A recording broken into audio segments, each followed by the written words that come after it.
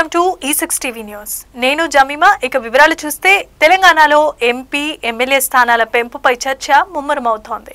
AP పునర్విభజన చట్టం 2014 ప్రకారం చోటు చేసుకోబోయే ఈ మార్పులు 2028, 29లో జరగనున్న అసెంబ్లీ పార్లమెంట్ ఎన్నికలపై కీలకమైన ప్రభావం చూపనున్నాయి.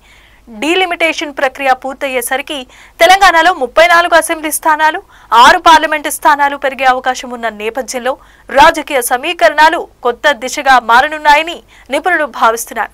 మరోవైపు 33% మహిళా రిజర్వేషన్ అమలు, 2026 తర్వాత జనాభా లెక్కల ఆధారంగా జరిగే పునర్విభజనతో దేశవ్యాప్తంగా సీట్ల పెంపు తప్పనిసరిగా మారనుంది. ఈ పరిణామాలు ఎన్నికల వాతావరణాన్ని పూర్తిగా మార్చే సూచనలు కనిపిస్తున్నాయి.